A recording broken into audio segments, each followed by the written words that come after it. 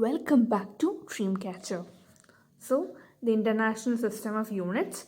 In earlier times, scientists of different countries were using different system of units for measurement. Three such systems, the CGS, the FPS, and the MKS system, were in use extensively till recently. The base units for length, mass, time in these systems were as follows. In CGS system, they were centimeter, gram and second. In FPS, they were foot, pound and second. In NKs, they were meter, kilogram and second. The system of units which is at present internationally accepted for measurement is the Systeme internationally D-Unites. The SI, with standard scheme of symbols, units and abbreviation, was developed and recommended by General Conference on Weight and Measures in 1971 for the international usage in scientific, technical, industrial and commercial work. Because the SI unit used a decimal system, conversion within the system are quite simple and convenient. We shall follow the SI unit in this book. In SI, there are 7 base units as given in table 2.1. Besides the 7, there are two more units that are defined for plane angle. It's a ratio of the length of arc ds to the radius r. Second is the solid angle. Okay. Then the unit for plane angle is the radian with the symbol RAD, and the unit for solid angle is the radian with SR. Both these are dimensionless quantities.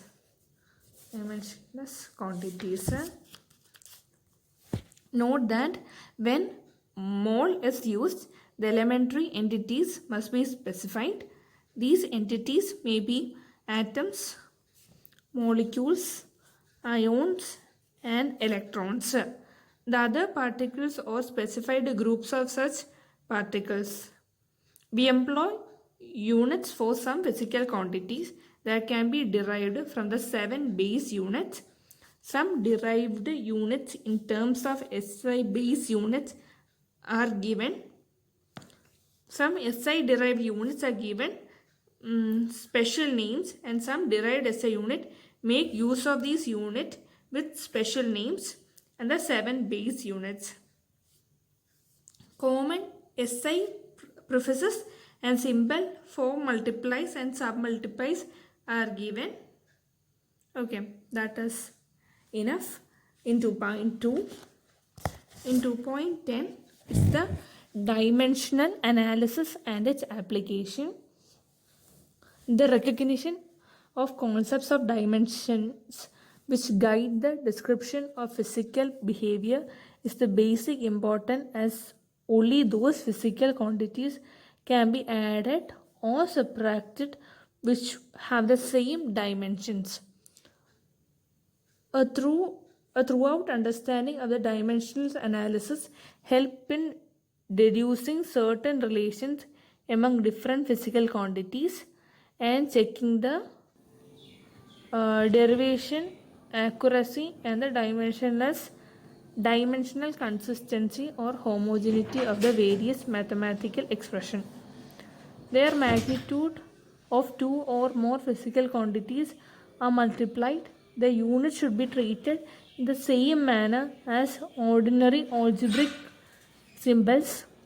We can cancel identical units in the numerator and denominator. So, this checking the dimensional consistency of equation. The magnitude of the physical quantities may be added together or subtracted from one another only if you have the same dimensions. In other words, we can add or subtract similar physical quantities. We can add or subtract similar physical quantities Thus, velocity can be added with force or an electric current cannot, okay? Velocity cannot be added with force or electric current cannot be subtracted from the thermodynamic temperature. So this is based on the principle of homogeneity of dimension. It is checking the correctness of an equation. Okay. Dimensional dimensions are customarily used as a primary test. Okay. It is uncertain to the extent of dimensionless quantity or function. The argument of the specific function such as trigonometric, logarithm, exponential functions may be dimensionless. A physical number ratio of the similar physical quantity such that the angle as a ratio length by length, refractive index of the ratio, then has no dimensions. Now we can test the dimensional consistency of the homogeneity of the equation, and here is an example of x is equal to x naught plus v naught t plus half et square. So x is equal to ut plus half et square. So the distance x traveled by an object, all these at each term of the right hand side of this equation have the same dimension, namely the length. Okay, the LHS and the RHS should be the same. Simply, it may be noted that a test for the consistency of the dimension tells us no more and no less than the test of the consistency of units, but has an advantage that we need not commit ourselves to a particular choice of unit. We need not worry about the conversation among multiples and submultiples of the unit. It may be borne in the mind that if an equation fails its consistency test, it is proved wrong, but if it passes, it not proved right.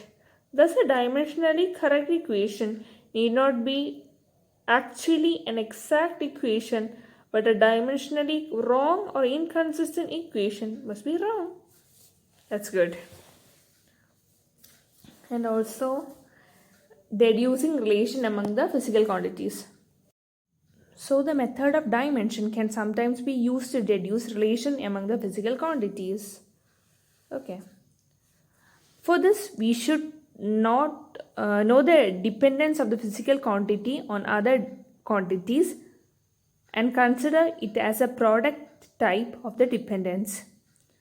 So here an example is given of t is equal to 2 pi root of L by Z. Okay. The dimension analysis is very useful in deducing relation among the interdependent physical quantities. However, dimensionless consistency cannot be obtained by this method. The method of dimension can only test the dimensional validity but not the exact relationship between the physical quantities in any equation.